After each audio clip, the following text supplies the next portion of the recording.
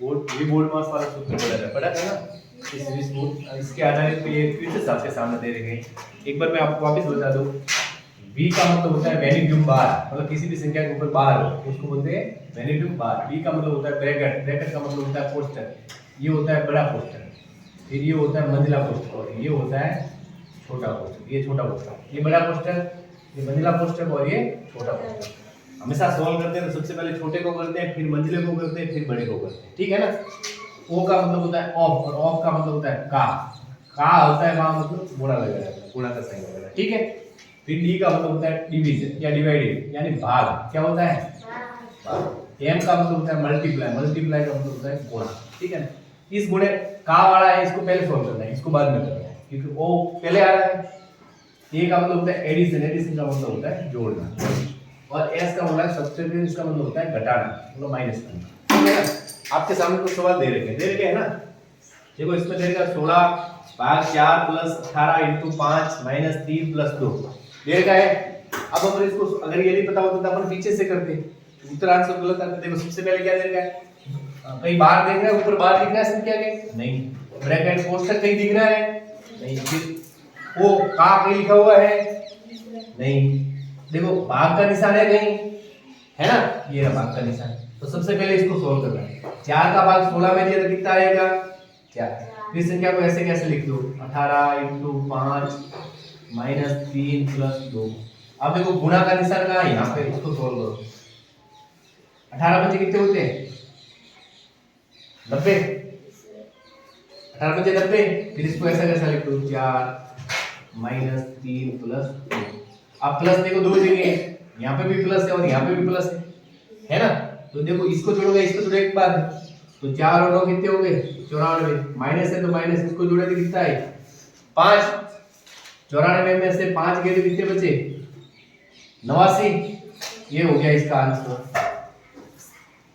बात समझ में आई। फिर दूसरा वाला सवाल देखिएगा, नहीं समझ में आया। देखो यहाँ पे देखो कहीं बार दिख रहा है ऊपर संख्या के नहीं है, कोष्ठक कहीं दिख रहा है का दिख रहा है यहाँ पे। तो सबसे पहले कोष्ठक को सॉल्व करना है। 3 में से 1 गया तो 3 में से 2 गए तो कितने बचे 1 बचा। अगर कोई कोष्ठक को खोलेंगे तो क्या आएगा गुणा आएगा, क्या आएगा। फिर सवाल को ऐसा कैसे लिख दो प्लस 4 भाग 12 प्लस 18। अब देखो भाग दिख रहा है, यहाँ पे दिख रहा है ना, तो सबसे पहले भाग को करो।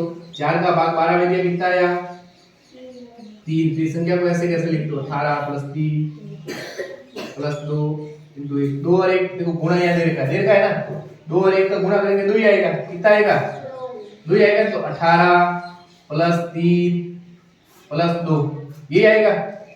तो और आएगा क्या, इनको क्या करना है 18 3 21, 21 और 2 23, ये इसका आंसर। बात समझे। ये नहीं समझ में आया ये देखो इसमें लिखा है 500 का 10% कितना होगा।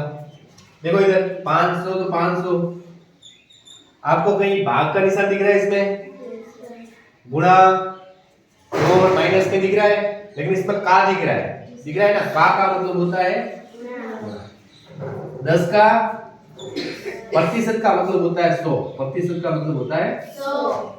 2 जीरो से 2 जीरो कैंसिल हो गए, ऊपर क्या बचा 5 इंटू 10, इन दोनों का गुणा हो करेंगे तो कितना आएगा 50। ये हो गया इसका आंसर। बात समझ में आई।